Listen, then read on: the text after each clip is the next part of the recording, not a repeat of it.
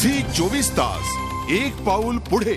मनसे ST कामगार सेनेच्या मोर्चाला कुठल्या जिल्ह्यातून किती एसटी कर्मचारी सहभागी होणार आहेत त्यावर आपण एक नजर टाकूया।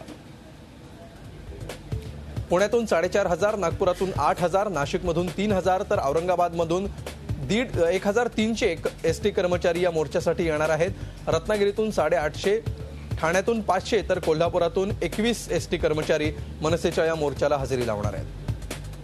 आणि आता आपण बघूया की एसटी कर्मचाऱ्यांच्या मागण्या नेमक्या काय आहेत। कनिष्ठ वेतन श्रेणी रद्द करा, 40% ग्रेड पेची मागणी आहे, टोल टॅक्स रद्द करा, 17.5% प्रवासी कर रद्द करा, डिझेलवरील विक्री करात सवलत हवी, विविध सवलतींची 1680 कोटी रुपयांची थकबाकी द्या, सर्व महिला पुरुष कर्मचाऱ्यांना कामगार कायद्याप्रमाणे सोयी सुविधा द्या, या एसटी कर्मचाऱ्यांच्या मागण्या आहेत। झी 24 तास एक पाऊल पुढे।